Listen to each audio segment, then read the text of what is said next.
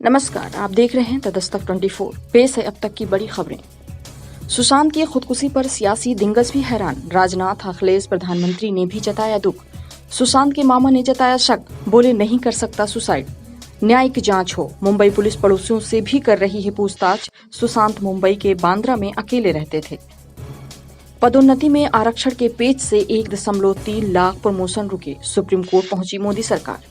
सरकारी कर्मचारियों और अधिकारियों में भारी रोष हुआ व्याप्त। केंद्र सरकार ने सुप्रीम कोर्ट में अर्जी दाखिल कर प्रमोशन में अनुसूचित जाति व अनुसूचित जनजाति को आरक्षण देने के मसले पर स्पष्टीकरण मांगा है। पीएम केयर्स फंड का होगा ऑडिट। स्वतंत्र ऑडिटर की हुई नियुक्ति। वहीं 2 प्रधानमंत्री कार्यालय के अधिकारी मानद आधार पर फंड का संचालन करेंगे। दरअसल हाल ही में पीएम केयर्स फंड की जानकारी के लिए आरटीआई कार्यकर्ताओं ने पारदर्शिता की कमी का हवाला देते हुए बॉम्बे हाईकोर्ट के साथ ही दिल्ली हाईकोर्ट में भी इस फंड को चुनौती दी थी। विवादित नक्शा पास होने पर बोला भारत, नेपाल ने सीमा विवाद सुलझाने के नियम तोड़े। नेपाल की ओर से किया गया दावा मान्य नहीं है। बता दें कि शनिवार को नेपाल की संसद में विवादित नक्शे में संशोधन का प्रस्ताव हुआ है। नए नक्शे में भारत के तीनों हिस्से काला पानी, लिपुलेख और लिम्पियाधुरा को शामिल किया गया है। पेंशन के रुपयों के लिए 100 वर्षीय मां को चारपाई पर लेकर बैंक पहुंची महिला।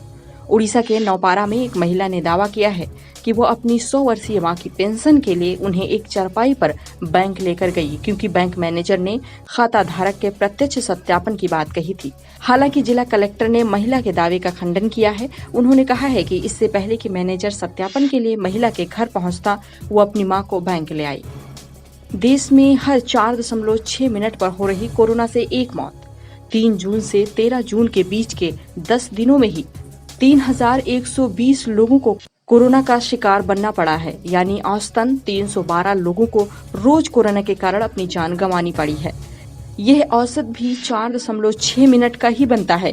ये आंकड़े हमें सावधान करते हैं कि अगर कोरोना के मामले में लापरवाही की गई तो आने वाले समय में ये कितना भयावह साबित हो सकता है। यूपी में अनामिका शुक्ला के बाद पकड़ा गया तीसरा फर्जीवाड़ा। अब प्रीति यादव के नाम पर नौकरी करती मिली फर्जी टीचर। प्रीति यादव के प्रमाण पत्र पर जौनपुर और आजमगढ़ के कस्तूरबा गांधी आवासीय विद्यालय में फर्जी शिक्षिकाएं काम कर रही थीं।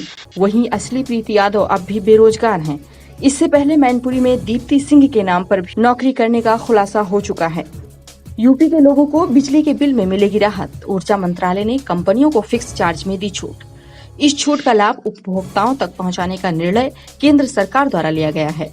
बिजली उत्पादन और ट्रांसमिशन कंपनियों द्वारा दी गई इस छूट से उत्तर प्रदेश के हिस्से में 343 करोड़ रुपए आएगा। शोधकर्ताओं का दावा, कोरोना महामारी के दौर में बाजार में है घटिया सैनिटाइजर की भरमार। जानकारी के अभाव में या सस्ते चक्कर में लोग घटिया सैनिटाइजर्स का इस्तेमाल भी खूब कर रहे हैं, लेकिन इनके इस्तेमाल से हमें बेहद सतर्क रहने की जरूरत है। इससे त्वचा संबंधी रोग हो सकते हैं। कोरोना काल में खराब अर्थव्यवस्था के बीच पाकिस्तान के रक्षा बजट को 4.7% बढ़ाया। इसी के साथ ही सरकार ने अगले वर्ष के लिए जीडीपी वृद्धि दर 2.1% रखने का लक्ष्य रखा है। उम्मीद करते हैं आपको ये खबरें पसंद आई होंगी। खबरों को शेयर करें, लाइक करें और कमेंट बॉक्स में कमेंट भी करें। शुक्रिया। हमारे साथ जुड़े रहने के लिए हमारे YouTube चैनल को सब्सक्राइब करें, साथ ही बेल आइकन को दबाएं।